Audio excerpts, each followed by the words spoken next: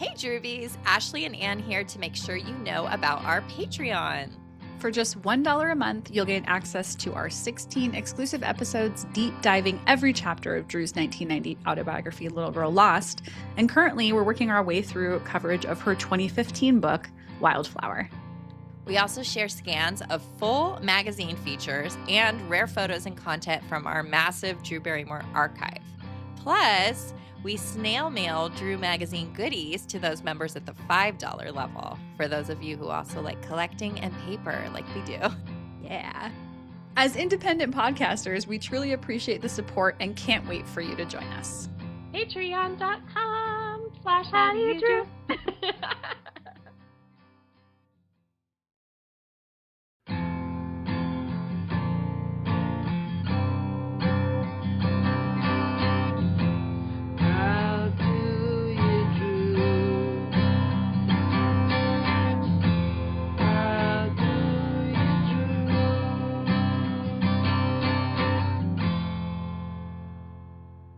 Hello, and welcome to How Do You Drew? This is a Drew Barrymore fan podcast brought to you by the friends, collectors, and historians behind the Drewseum. We're drawing on over 25 years of Drewbie expertise to dive into all aspects of Drew's world, from her personal life to her professional career. Thanks to our sponsor and friends at Positive Medium. I'm Anne. And I'm Ashley, and this week we are discussing the years 1990 through 1991 in Drew's professional and personal life. As we do.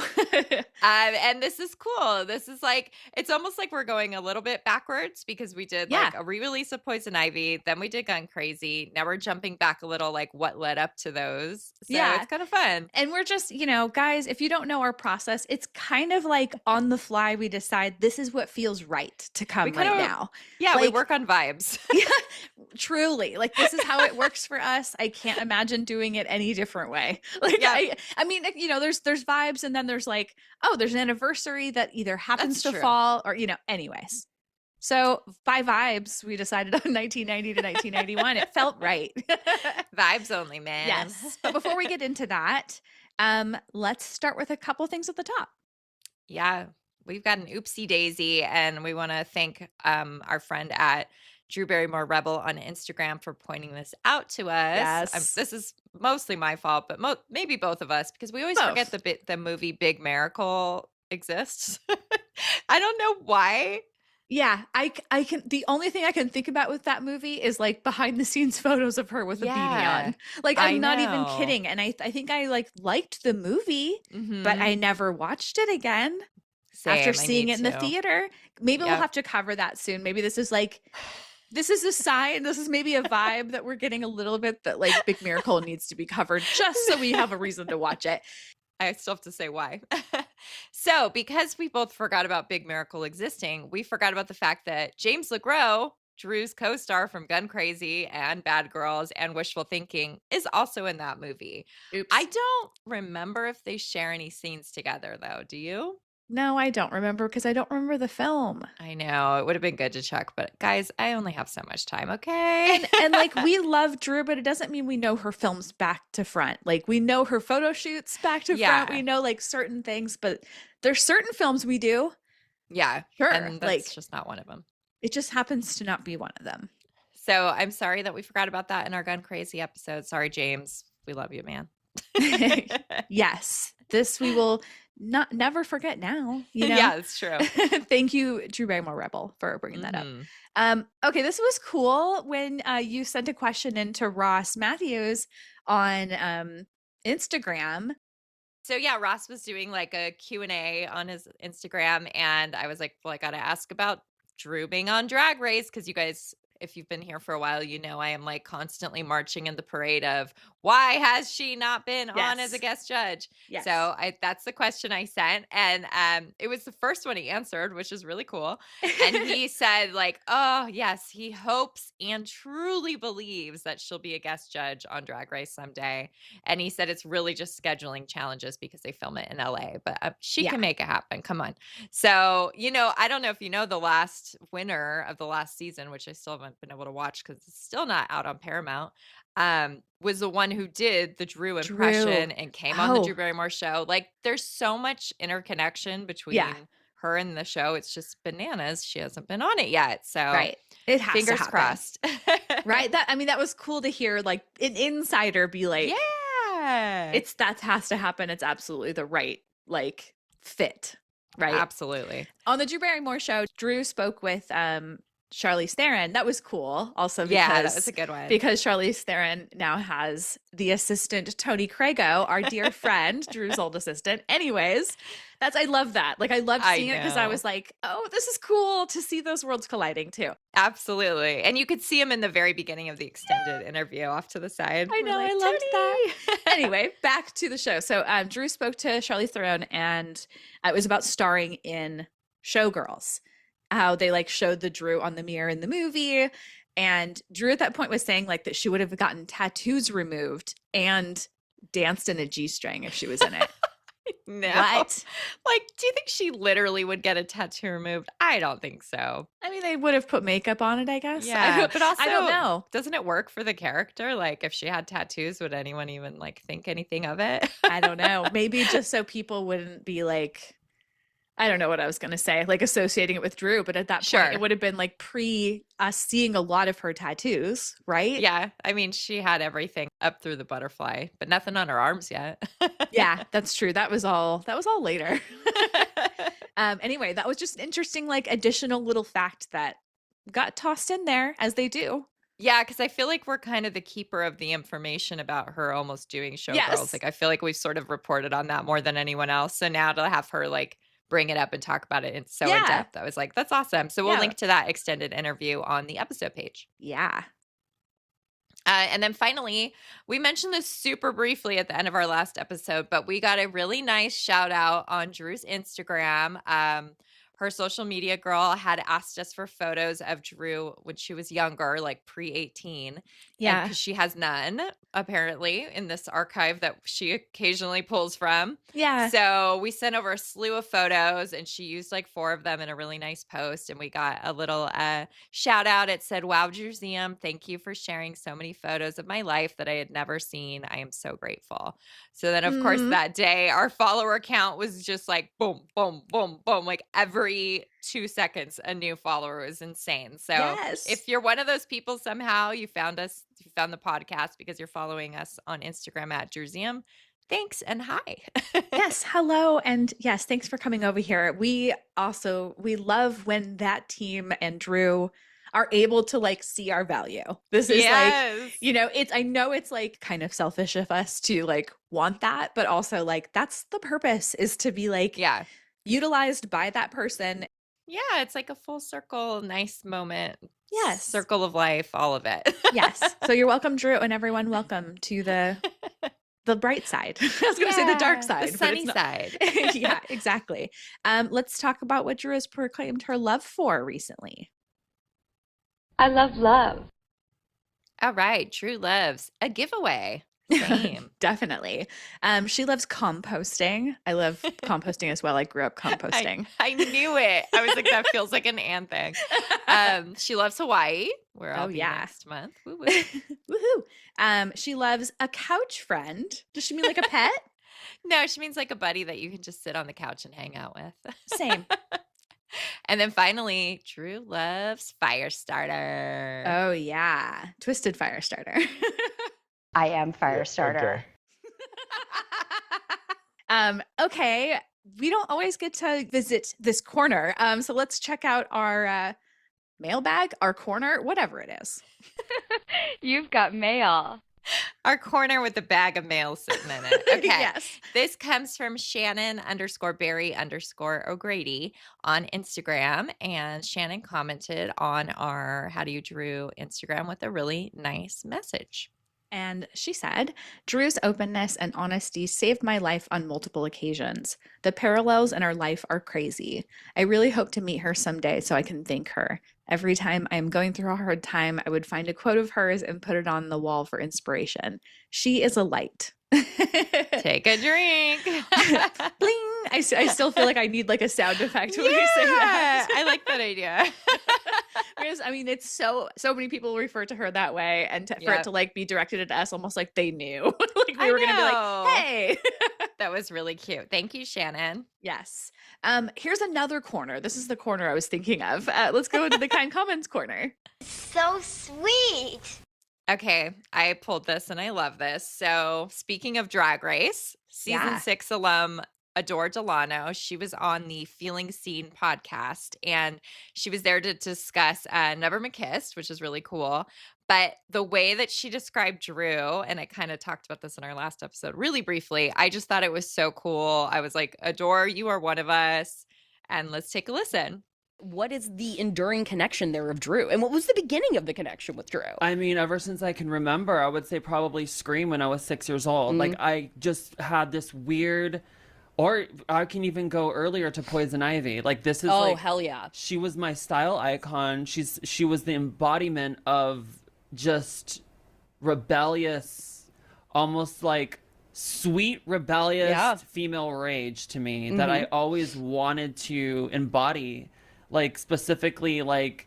She was even Firestarter, if you're going to say it like that. Exactly! You know what? E.T. phone home, motherfucker! But it's like, no, she always was this kind of, like, beacon of beauty and rebellion and kind of, like, style to me that I always identified with or always gravitated towards. I think she was like, even in Charlie's Angels. Yeah, like, man. She is Dylan is the like angry bitch of the group. Yes, she's just always super punk, but with a flower little edge. Like Flower Films. Love that about her. I don't know what it is. There's something very soft yet thorny about her that I always just was drawn to. Isn't that cool? I love that so much. And I love that they like mentioned Firestarter. We were just talking about. I totally forgot about that. Yeah, later on she even said the like flower and thorn thing again. And I was like, oh, that's so perfect. Like we talk about that kind of dichotomy of Drew's a lot. So yeah, like her darkness. Like that it exists. Yeah. Okay, so let's get into before we go into the past again, let's get into what's new with Drew. Here we go with the news, everybody. Okay, just a quick little catch up on Hollywood Squares. So episodes 20, 21, and 22, which was the season finale, aired. I was a little like surprised by the season finale. Did you watch it? I have not watched it yet. Okay, it was a little like anticlimactic. Like it didn't have necessarily like my favorite group of people. Okay. And then like the person in the end didn't win. I was like, this is the season finale. Not sure why they chose to do it that way. I wonder if they just play them in the order they recorded them, but I have to like, I don't know. Didn't seem like it actually. I was tracking some of that along the way, so I don't know. Who knows? Yeah, TV production. And maybe it's also because it feels like we like didn't know when the season was going to end, and like that they've had this. So I wonder if they're like, let's just put this one out. Yeah, maybe Like that kind of could thing. be. Because, you know, stuff gets cut all the time in TV. Oh, yes, we know that. Anyway, she looked beautiful as always. Is Deborah doing all her makeup still and all that? Of course, yeah. So great. So great. Okay, so let's go through the bonus round questions. Are you ready? Yeah, let's hear it. Yeah. Drew once lived in a yurt for 18 months. False. It's a good one, though. Yeah. Drew's babysitter was Pauly Shore. True. I mean, I think it's a little bit of a stretch. I think it was more like... it was more like... at the Comedy Store, maybe Pauly would be in charge of watching her for a little bit, but still, it's true. Okay, now I'm going to get a little upset about this one. Okay. So this one was Drew hates an open-faced sandwich. Okay, so I haven't seen this one, but I'm guessing you're mad because she said true? Yeah. Okay. And I was like, BS, Drew. You have a freaking open-faced sandwich in your cookbook, Rebel Homemaker, and there's a picture of you eating it with a huge smile on your face. But like the reason I was extra mad is because she had the winning card for that one. And so if I was the contestant, I would have said that's false because I know her cookbook, and then I would have lost $25,000. Well, then you would have been like, Drew. Yeah, I would have been like, excuse me. Yeah, because you would have at the beginning been like, I run the Druseum. And you can't stump me on anything Drew related. So I don't know. Maybe her mind has changed. So the person said false. The person agreed and they got it. They got the money. Oh, okay. So they were wrong, but they were right on the show. Interesting. I wonder, I mean, some of these obviously feel like they've done research and like choose it. This one, I mean, who knows why they would select something like that? I mean, maybe Drew had a bad experience with one since writing Rebel Homemaker, and now she hates That's them. a good I could see point. it. Maybe she was eating one and something stained her clothes and she couldn't get the stain out, and then she would have been really mad. I mean, you probably know better than her what happened to that decision. Like, she'd probably be like, "Oh yeah, it was a messy sandwich." Exactly. But just to wrap up Hollywood Squares talk, Yeah. we don't know if there's a season 3 happening. Season 2 was announced in May last year, so we're right around that time still, maybe, but I'm a little concerned we haven't heard yet. I really hope they bring it back. I hope so too, because even if there are dud episodes, like they're mostly really fun and they have such fun people on the show. I know, such great comedians. I mean, it's always great. It's so fun. And seeing Drew on there and having her in the center square, like I feel like she's like the perfect center square. Like the way that like so many people who like I mean, she's in the middle, so obviously a lot of people choose her first, even strategically, but people will say like you know, the enchanting Drew Barrymore. Like they always say something angel. Really, yes, like, or like someone I've always loved, Drew Barrymore. You know, like it's very much like enhancing her sweetheart, or like putting her on that sweetheart pillar in like a really fun way while she gets to be her like dirty fun self. Like, I know. Oh, all right. Fingers crossed. We'll report. Yeah, I'm hoping that the people who are the producers of the show are like, although they're like Drew and her people are some of them. Right. Anyways, we're hoping it comes back. We've got another new thing I actually didn't even know about. So Drew attended the finale after party for Late Show for Stephen Colbert. Not surprised. I mean, I know. Yeah, they're like, she loves him. It is kind of interesting. Like, I wonder how she feels ethically. I don't know, because she works for CBS, who are the ones that canceled the show. I wonder if that feels weird to her, but I'm glad she showed up as a, you know, showing her support. And me too. Totally. What else can you do? Yeah, it looks like there's a lot of other cool people there. Speaking of Hollywood Squares, I see Tom Lennon. I see like David Byrne is there. And Weird Al. Come on. That's really cool. And then speaking of CBS, they posted a video today, showing seat placements for the upcoming Tony Awards that are happening as of this recording Sunday. It'll already have happened when you guys hear this. So anyway, it showed Drew had a seat as a guest. But I feel like anytime she's like a guest, like she never shows up. Really? I was hoping it would say like presenter. Like there's definitely been events that she's supposed to have gone to and then nothing comes of it. Doesn't. I mean, the Tonys, does it happen in New York, I assume? Yeah. So that feels like easier. I mean, you know, for her to just like pop into something like that. That'd be fun. I mean, I was just going to say actually about her attending this after party. Like it's not a like super public event, but like I love seeing her go out because we love to see what she's like gonna wear, or like when she's herself, like on the show she's styled, and this is like, but like I don't know, seeing her own style personal is different. Yeah, I agree. And hopefully, I mean, we'll see if she does go to the Tonys. She'll probably wear a suit, but maybe it'll be something different and she'll surprise us. That's true. That's true. Hey Droobies. We are here to tell you about our website hosts, Positive Medium, and they sponsor the podcast. We've been clients of theirs for over 10 years, and we use them for all our website needs on thedrewsium.com. Their services include customized web design, professional coding, search engine optimization and marketing, plus hosting, which has been huge for us for many years.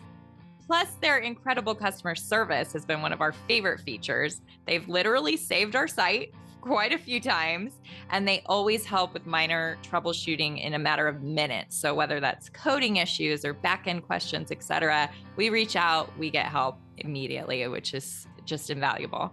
Lucky you. To our listeners, Positive Medium is offering 25% off any managed WordPress hosting plan using our promo code DREW. That's DREW. Visit our friends over at positivemedium.com. Thank you. Okay, so are we ready to go back in time to talk about 1990 to 1991? I mean, you know, I always want to talk about the 90s. That's true. Yeah, so this is our segment is the entire show. This week in Drew history. No, this year in Drew history. Yeah, I know, pretty much. These 2 years in Drew history. We don't always Yes. combine years, but from a historian standpoint, I still have a hard time telling apart 90 and 91 a lot. Yes. And they just kind of go together because everything she was doing just feels like a complete set. So that's why Like we're doing it both. overflowed Yeah. a lot into one year and the other. Like even going through this and like seeing the pictures, I'm like, even visually, it's so hard to It's tell so hard. the years apart. And like we're pretty good at this for like a lot of her life. It's Yeah. harder at a certain point, like now, but anyway, so it felt right. Like as soon as you proposed it, it was like, yeah, I think that really works. The vibes were right. Yeah, and it's one of the gaps in our, that we haven't done yet. That's true. Yeah, there's a lot of speaking of, there are lots of episodes that you can go and catch up on to kind of bookend this. So for the scoop on her life, right before this time period, you should listen to our Little Girl Lost wrap-up episode, which is number 113. There's a lot of stuff there. So for her much. life after this, when all of her hard work starts paying off, listen to our 1992 episode, which is number 32. Wow, that's so early. I know. I was surprised by that too. But it is But it's a big year. Oh, it's a huge year. And it really is this is her laying the groundwork, everything we're going to talk about right now. And then the Renaissance happens when everything starts coming out in 92. So it's pretty cool. Yeah, it's huge. All right. So let's kind of set the scene. Yes. So at this point, if we're starting, we're in 1990. Drew had not filmed anything at all since 15 and Getting Straight, which was done back in January of 89. So a little bit of a lull just based on how prolific she'd been acting before. Yes. She had just left the ASAP treatment program for the final time in October 1989 after she had had a few relapses and a quote unquote suicide attempt. She said in 1990, I just wanted what would get me the most attention. And at that point in sympathy, I didn't want to die. So that's why we're putting quotes around the word suicide, but still self-harm.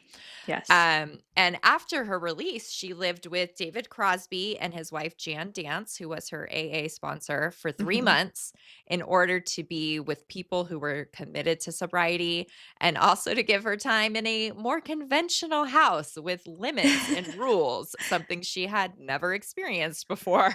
Yes. Also that is more conventional to be with to be with David Crosby. That's also the bar's real low now. So awesome. I love this connection so much. Yeah. Yes. In January of 1990, so we're kind of jumping into this year that we're talking about finally. She temporarily moved back in with her mom, but was on her own again very soon after. So it's just kind of moving around a little bit at this point. And that was it for the two of them, really. Yeah, basically. Crazy. And this is really likely the apartment that Drew talks about in the Wildflower chapter, My Beautiful Laundrette, which we covered over on our Patreon. And it's a really fun one for a couple of reasons. And Ashley found some locations that are pretty definitive. It's a fun one. Anyway, yes. So she was in with her mom and then out basically on her own for the first time. Yeah. Drew at this time was still frequenting AA meetings and therapy sessions. So she was still basically in treatment or, adjacent to treatment. And we have a clip of her talking about her sobriety a little bit. You can't really wake up in the morning and or go through a day and just sit there, oh, don't get loaded. You've got to be really positive, and you've got to make sure that you are going to be with people or be at places, that you just don't put yourself in slippery situations. You go to meetings, you do things that makes you happy. Just hearing that audio, I'm like, we probably should have pointed out at the beginning. We're starting where she just turned 15 years old in 1990. Right. So she's very young, as you can hear there. Oh, it is really important to say the age. Because it'll never make sense. Even if you do the math, I feel like I would still be she's 17, right? Just the information we just talked about, though I know she's so young. So much packed in. Yeah, she's just still so young. She's younger than your daughter. I know. I mean, speaking of how young, so she was still attending high school. We believe this was at a school called Stone Ridge Preparatory at this time. And she was there for a little while, but she was emancipated legally by the courts of California from her parents by February 1991. So she always says she was 14. She has that a little wrong. She used to know what it was, but it was actually right before she turned 16. And she has said several times that she dropped out of high school after this. Like as soon as she was no longer legally required to go, she was like, see ya, I'm out of here. I've never liked school and I'm done. She's like, no thanks. Yeah. We've talked about this kind of a bit recently. So Drew at the time supported herself working odd jobs. Guys, if you don't know, she like didn't just have a ton of money from her earlier work. Like things were spent or in like a whatever. In a trust. Buying a house for her and her mom that got sold when she was in rehab. Anyway. She also like, I think she just was like craving work. Like she realized, because when we talked about My Beautiful Laundrette, that chapter, it was like, that's what I need, a job. Like this is what makes me like an adult. Yeah. So a couple of things are she worked the door at nightclubs run by her sober friend, Brent Bolthouse. Is it crazy? Can I just say, when we saw him as a DJ opening at the Roxy. For 30 Seconds to Mars at the Roxy, yeah, I don't think we knew all of this, how much of a close friend he was to Drew in the early 90s. No, and also like it's funny because it's like we probably were nearby nightclubs that they were working at even then. Totally, you're so right. Anyway, yes, I don't think we knew. No, I don't think we knew at all. I love this little thing you pulled. Is this just like a video of him where he says she was my cashier? Like, yeah, okay. He says like when they were both like doing the program, they met through like, you know, maybe AA meetings. I'm not really sure. But he says like, she worked for him as his cashier. And I have this weird photo from like a foreign magazine of her clearly doing that job. I'm like almost certain she has like a Sharpie in her hand and cash and she's looking down. Probably for X's on the hands for young people. Exactly what I was Or picturing. Just like, you know, you paid or whatever it is. Totally. Why else would she be holding money like in that way? It's pretty cool. Yeah. I love it. Like, anyway, it'll be in the episode page, I'm sure. So if you want to see that. She also worked at a coffee shop, The Living Room on La Brea. This week she talked about a little bit in that chapter that we were talking about. But deep down, she wanted to get back to acting, even though she was kind of being laughed out of casting rooms at this point. Like she was kind of blacklisted, which is so like sad to think about. You know, people loved her before, loved her after. It was just like within the world of Hollywood, it was like really messed up. And she's so young. Yes. We're just saying how like she's 15. But she persevered and didn't give up. She said, I just want to keep working and acting. That's like my natural drug. I love that too. It's so like good. She just needs to be stimulated by something. Yeah, absolutely. Literally. She needs to be an employee. Yeah. One other thing that was going on at this time, she did get her driver's license at age 16, but she said, quote, I've been driving for years, of course, but it's a hell of a lot more convenient to be legal, which I remember when we were reading Little Girl Lost, she's like 13 driving. Right. And it was just like, what? They like went out somewhere, like went to the mall or something. Yep. She has said before that she temporarily lost her license like soon after getting it, thanks to maybe like an accident and or tickets, unclear. And she had a Jeep that she hated at first, and she later replaced that with a BMW. So a couple little like, giving you a vision of what it's like for Drew at this age. It's fun. Drew on the road. Right. And also more about her look. So let's like get the visual.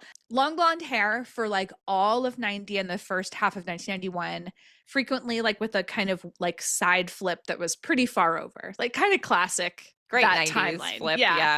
Flip. Short-lived perm in the early like mid 1991 for Poison Ivy. And then she did cut her hair spur of the moment for Gun Crazy between September to October of 1991. And then she was even shorter by December. And in the Gun Crazy episode that we just did, we talked about this, that it was like scary for the studio, I think. Yeah. And then Tamara Davis loved the like haircut, that it was like sudden and that it looked like a little choppy and unprofessional. And also Tamara had to refilm or do some pickup shots, and Drew's hair had already been changed. So once you know and you watch the movie, you can see it's gotten even a little bit shorter and a little bit like brassier blonde. Yeah, totally.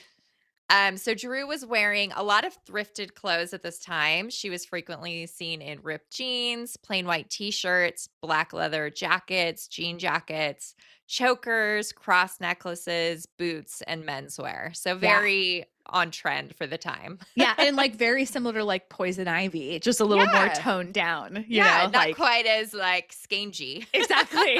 And not like short skirts. It was way more like pants, you know, but like the leather jacket is so badass. Yeah. And then with her tattoos, so she already had her little flower bouquet on her left hip prior to this, but sometime in this timeline, so the 90 through 1991, she definitely got her cross between mid 1990 and mid 91. And then we know she had her moon tattoo on her toe by the time she filmed Gun Crazy in November 91 because it is visible in the movie. Yeah. Tamra Davis, the director of Gun Crazy, she recalls that Drew got her jade tattoo around the time of filming Gun Crazy. So she was on a little tattoos, you know, boom, boom, boom at this time. And again, she's not even legally allowed to at 18, but maybe with the emancipation, who knows how that works. Yeah. I don't know. I guess, does your ID say I'm emancipated? Like, how does that work? Anyway, at that time also, she was pictured with a cigarette in her hand, like basically every time she was photographed. Like every it was red carpet. Like it's crazy. I mean, a lot of people were smoking more, but also Drew was like constantly. And then her beauty routine, I love that you were able to like find this because it's like nice to like think about like her as a person and the simplicity, right?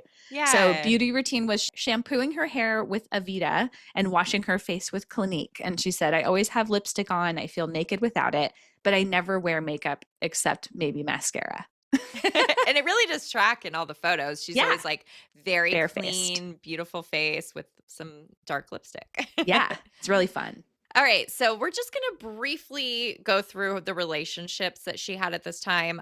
We have a whole episode on her romantic relationships. It's episode 118. So if you want details on any of these, go listen to that. We've already done it. So during this time, she was confirmed to be attached to Balthasar Getty for, I don't know, maybe half a year. It's kind of weird. He does seem to overlap with the other guy, Leland Hayward. Yeah. And she was seen with him August 90 through mid 91. There was like engagement rumors at that time. Again, she's 15. Yeah. And Drew said, no, I'm not getting married. Don't congratulate me, please. I was in a relationship with a person for about a year and he bought me a diamond ring. I joked about it a couple of times and boom, I was engaged to be married without my even knowing about it. So like, who knows? She's 15. He's like 24 at least, we think. So probably for the best.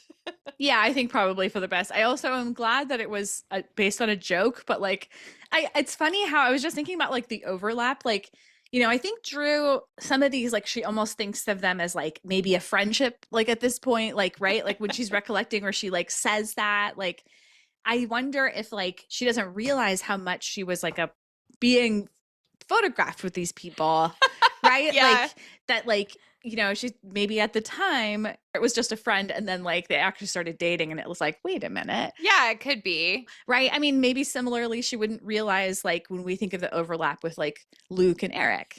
Right. We know, unfortunately, I don't know, Drew, no shame, honestly. Like, no. Too many boyfriends, but we love it. And then the last person she was attached to, which we've talked about quite a few times because he is much older than her. I don't know how to say his name correctly. He's Greek. It's Phaedon Papamichel. Yeah. And he is the cinematographer of Poison Ivy and the director of Sketch Artist. And it was definitely a relationship. And I am so curious when he does this screening with Kat Shea of Poison Ivy at the Academy Museum next month. I'm sure no one's going to bring up the fact he was dating 16-year-old Drew. But I hope someone does. I hope so. You know, we have a couple friends going and I'm like, dude, raise your hand.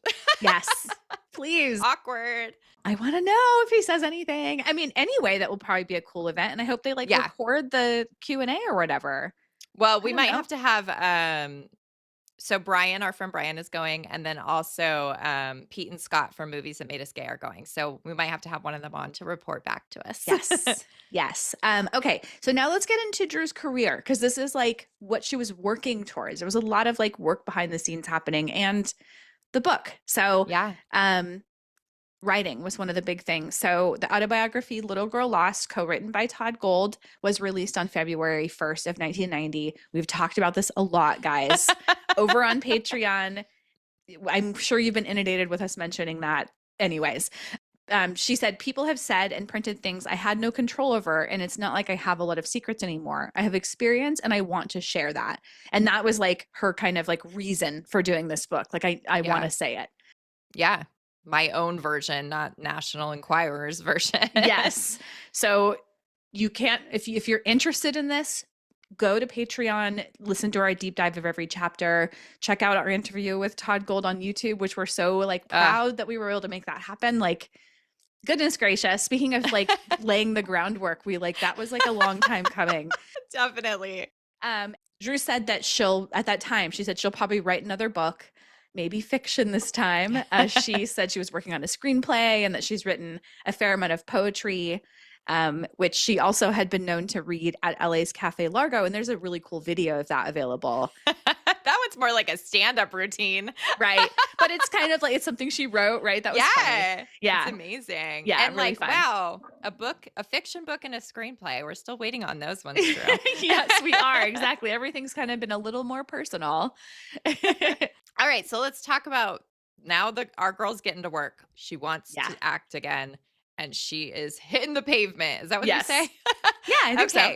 So May to July 1990, she films No Place to Hide, which at the time was known as Tipperary.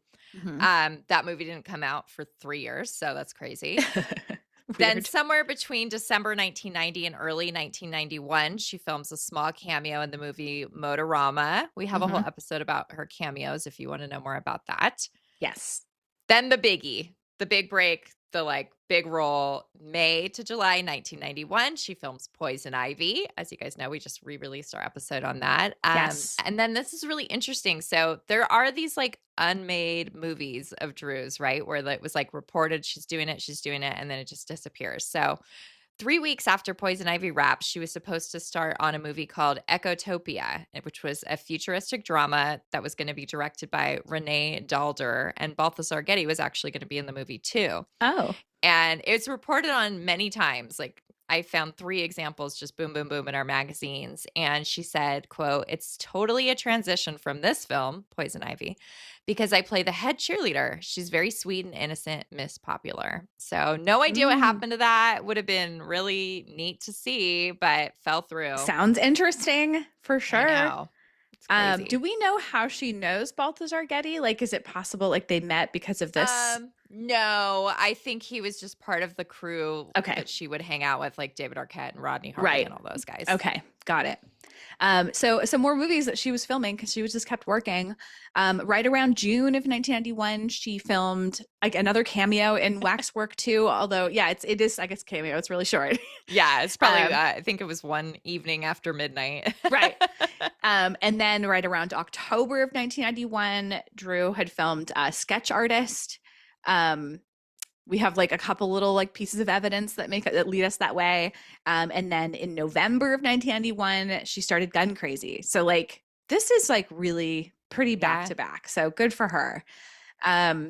She was also like, speaking of things that like didn't happen, she was heavily campaigning for the role of Lolita in Adrian Lynn's remake. And she mentioned it in a few interviews. She said, "I want it so badly I can taste it. I'll do anything to get his attention. I've got to do it. It's mine."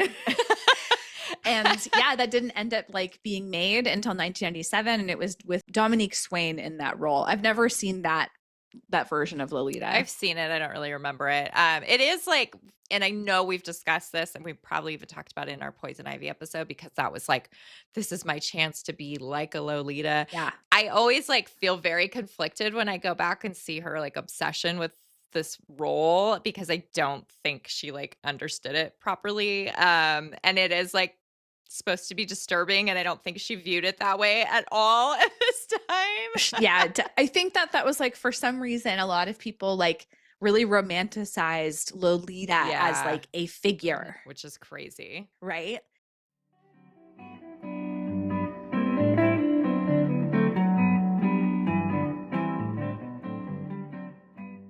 But yeah, so she films, but nothing was released at all between the years 1990 and 1991, which is Wow. pretty unusual for her filmography, because all those things were later released in 92 and 93. So like Yeah. we said, laying the groundwork, doing all the work, setting up the foundation, and then 92, boom, like her career basically explodes. I'm going to say something that's like so like it's obvious to us now but wasn't at the time, like thinking about how like films are made a while ago and then they're Yeah. released, like Yeah. thinking of a film as like anything, like if I'm thinking about Mad Love, I'm thinking 1995, but like it is Drew, you know, in the previous year anyway. So like that's just like it's obvious to us now, but like, you know, as insiders, it's like maybe people realize things don't like just get filmed and then come out right away. No, people definitely always like get it wrong, because it drives me crazy, because I'm like, she wasn't 7 when she filmed ET, like she was 6, Right. because I'm that annoying person. But you're like, wait, yeah, because we are so thinking about Drew's actual timeline. The real Anyway, timeline. Yep. yes. Should we talk a bit about like the TV appearances? Because there were a bunch around this time. Yeah, but they're all like kind of clustered. Yeah. So in February 1990, she was promoting the release of Little Girl Lost, of course. So she went on some shows we've never seen, which include Sally Jesse Raphael and Good Morning America. I bet there's more we don't even know about. Totally. There have to be. Yeah. She went on the Arsenio Hall show for the first of quite a few appearances. And that one is on YouTube kind of recently, and it's very cool. We'll link to that. You guys have to watch that. And then she was doing press junkets too. Like we have footage of her that was done for for Little Girl Lost promotion. And I actually have the uncut footage, which is crazy. And she's very, very somber and down in that. And then this next one, even more so. So I think this was filmed at the same time as all this other stuff, but it didn't air until June 1990. And that was an Oprah primetime special that was called In the Name of Self-Esteem. So it wasn't Oprah's like regular show, but it was like a special version of it, I guess. Interesting. And yeah. And Drew does this interview alongside her mom, Jade. And Oprah definitely comes at them very, I want to say kind of aggressively about everything that happened to Drew. But like Barbara Walters style. Yeah, maybe even worse. And Drew's demeanor, did you rewatch it? I haven't watched it recently, but I kind of remember her being like very like quiet and sort of like dry. Yeah, one of the comments on YouTube is like the daggers that come out of her eyes when her mom is talking. Like she just looks, she's just like when her mom's talking. So it's an interesting one. Very like not like herself. No, not at all. And you can kind of see like their relationship was toxic, you know, like they'd done therapy or whatever, but like it still wasn't. Obviously, as we know, she only was able to go back and live with her mom for like maybe a month before it was like, this is not going to work. Yeah, totally. Yeah. And then the final TV appearance she made during this time was in December 1990. And this was on a UK talk show called The Wogan Show. And we had seen clips of this for years because it was in MTV's Biorhythm without knowing like what it was. Like finally we have the source. And this is also on YouTube. And she's beautiful and wonderful in this one and has come a long way. You can tell like she's much more mature, even though it's only been like 10 months. Right. I need to rewatch both of these because they're great. It's such an interesting timeline for her. Like she seems so mature also, right? 15 still. Right. Yeah. Like I know in the one with her mom, I think that's just like being around her mom probably brought something really weird out in her. I think so. So we've got some event appearances, like a bunch. Like Drew, like was out and about. She went to so many. Yeah, and we've kind of like hypothesized she was trying to be on everyone's radar. Like she needs to go be seen. She needs to network. She's trying to get her career back on track. This is something I never would have thought about before we started doing like these kind of like internal thinking about Drew as like eventually going to be a producer. Like, I think that there was something, about like going into a premiere and like either supporting someone you want to work with, you know, or any of those things. So we're just going to list some highlights because there's so many. The premieres we know of include Longtime Companion, Without You I'm Nothing, The Freshman, Young Guns 2, Flatliners, Pump Up the Volume, Pacific Heights. Gosh, there's so many. Welcome Home, Roxy Carmichael, Marked for Death, Jacob's Ladder, Sleeping with the Enemy, Guilty by Suspicion, Toy Soldiers, Stone Cold, The Indian Runner, My Own Private Idaho, and Bugsy. That's so many. Do you have any specific things that come out in your mind as like, oh, that makes sense why she would go to that?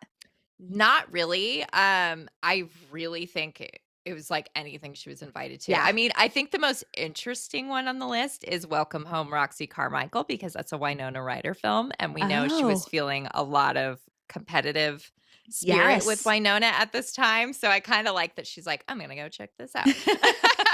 I'm going to see this in person with her in the room. Yeah, right.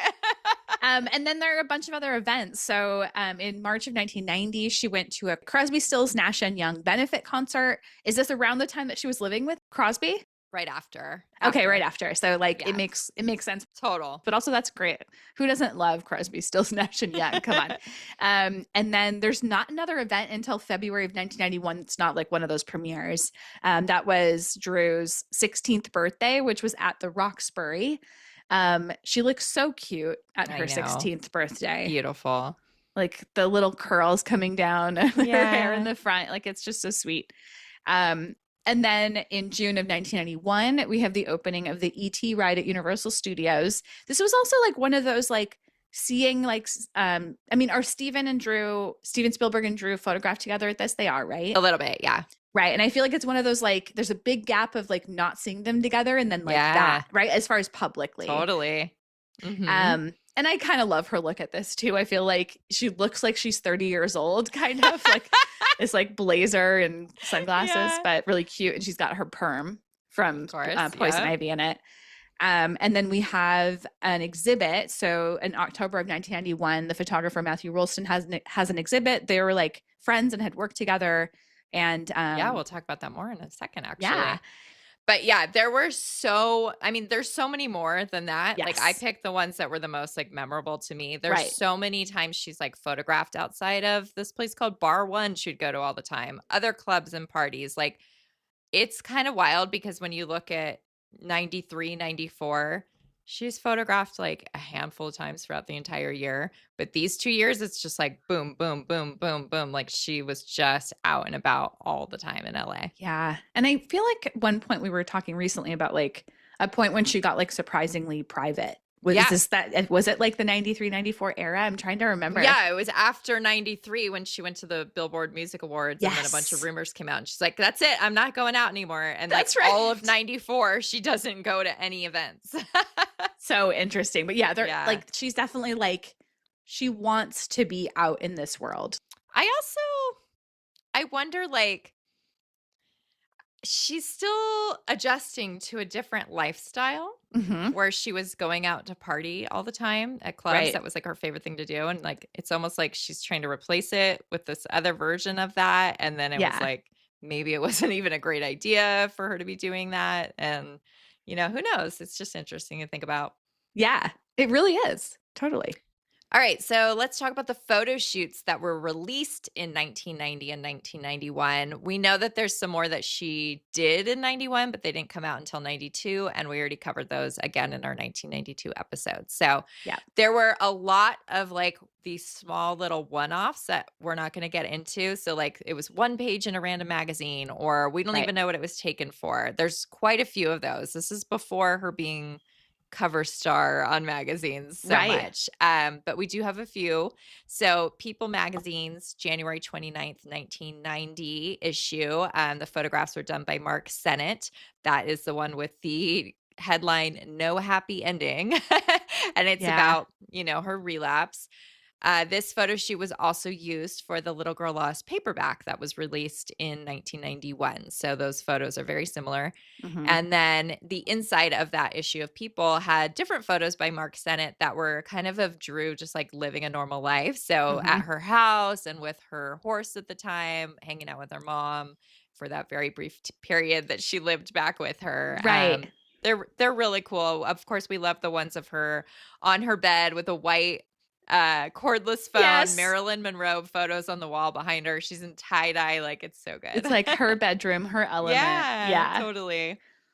And then there was also a feature in Ladies Home Journal. It's so funny. Like that was her first magazine cover. And then she has this weird little thing. And then that's probably it ever. Ladies Home Journal. Yeah. I know. So it was a March 1990 issue.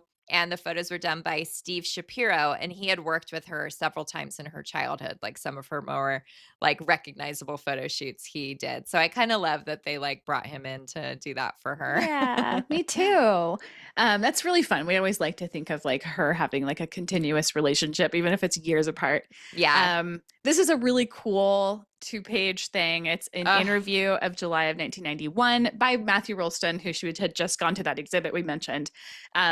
These are so cool. Like one of them's very androgynous, and then the other one is like Drew like licking a lollipop. And it's just, they're both amazing, stunning, like beautifully photographed. I mean, Interview Magazine was the best, right? I don't have to go on. Yeah, and this is the first time she worked with Matthew, and then they would go on to do, I don't have the spreadsheet open, but I think like 7 more photo shoots together. Ooh, it was a maybe lot. we need to do a he would be the next one to cover for sure. Yeah. These are really cool, and we've never seen a single outtake. Oh, that's killer. Oh my God, especially like the androgynous, like Can for you making that imagine? little face. Oh my God. Yeah. I would die. Yeah. All right, we need to talk to Matthew Rolston. The September 1991 issue of Elle magazine had a feature by Blake Little. These are also like, I think one of them used to really confuse me in this. I think I used to think the one with the baseball cap was her from Bad Girls with like a cowboy hat. Oh, interesting. I could see that. The close up. Now I see that we have like a an outtake that I don't even remember seeing before of her in that same cap. But anyway, she also has like in one of those has like a almost looks like a quilted like colorful jacket. It's very early 90s. Actually, all of those pictures look like they're from like different times in her life. That's really weird. Yeah, they do a lot of different hairstyles. Oh, I just had a funny memory. I know for this photo shoot, the makeup artist, she did this one and the next one we're going to talk about. Her name is Gina Hole, and she connected with us on Instagram forever ago. Oh, cool. And she told us that Drew still had the thick roots from poison ivy, and they covered her roots for this photo shoot with foundation. Oh my gosh. I can't believe I just remembered that. I love that so much. Yeah. I love that you pulled that out of your little like brain box. Brain box? Your brain. That's me opening the brain box lid. Yeah. One more that's worth mentioning for sure is In Fashion magazine from fall of 1991, and it was photographed by Barry Hollywood. What a name. Who was on the cover with her? Is it Alec Baldwin? It's Stephen Baldwin. Stephen Baldwin. Sorry. I knew it wasn't Alec. I don't know why I said that. One of those Baldwin brothers. It's very memorable. The cover specifically is like bright pink. Drew's wearing bright pink. Bodysuit. Yeah. And like Western pants.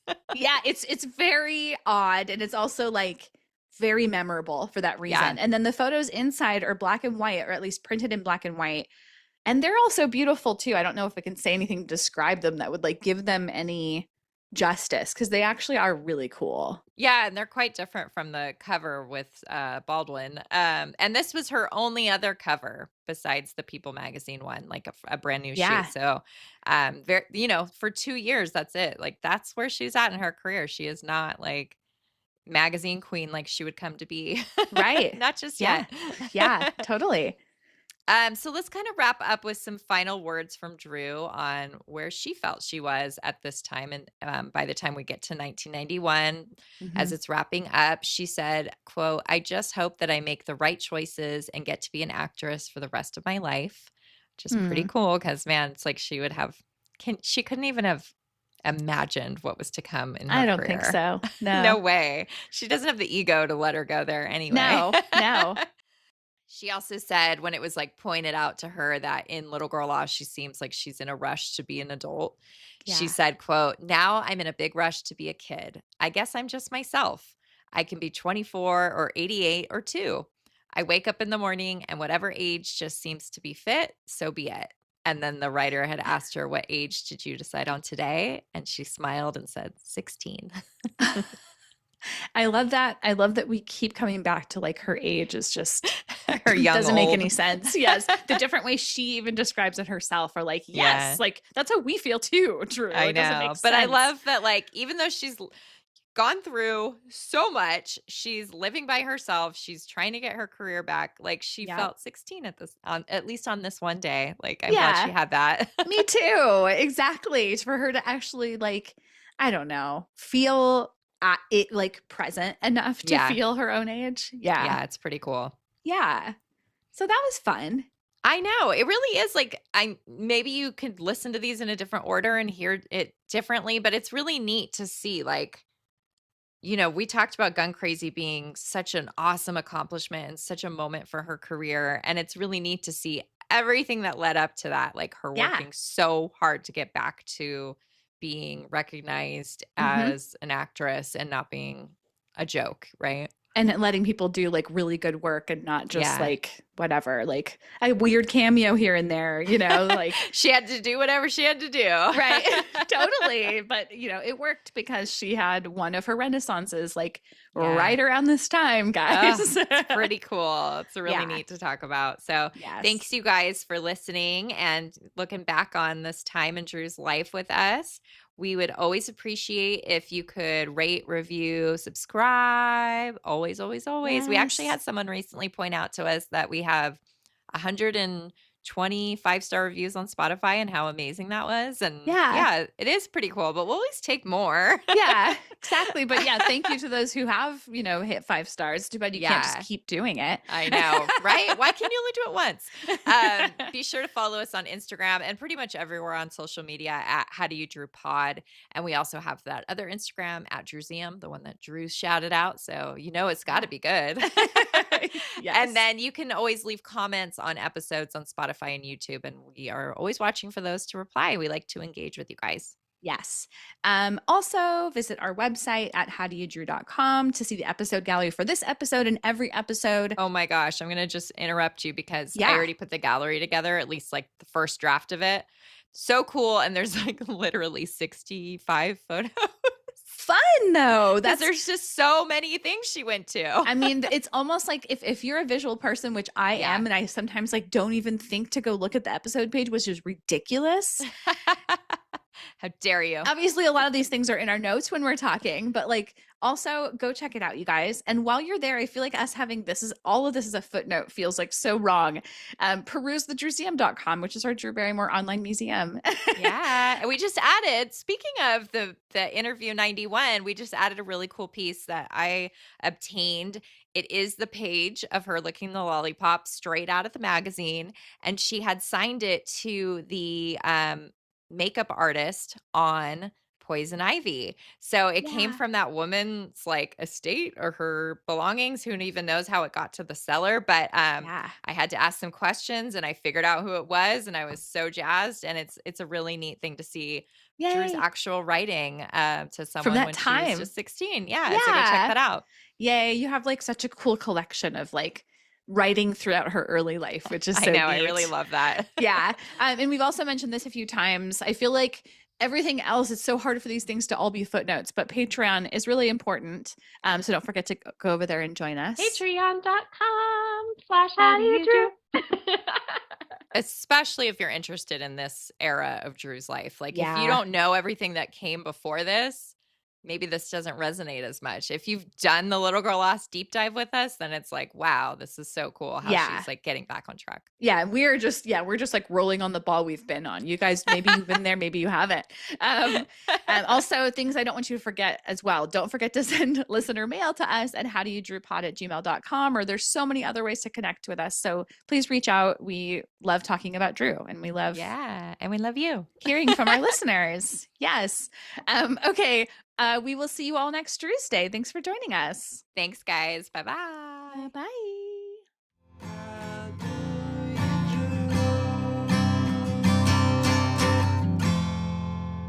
This episode of the How Do You Drew podcast was researched and produced by Ashley and Ann from thedrewseum.com with help from our sponsor, Positive Medium. Special thanks to Matt Costa for our lovely theme song, Roxy Prima for our adorable logo, and last but not least, Drew Barrymore and all the Drewbies who love her. We do this for you. Thank you.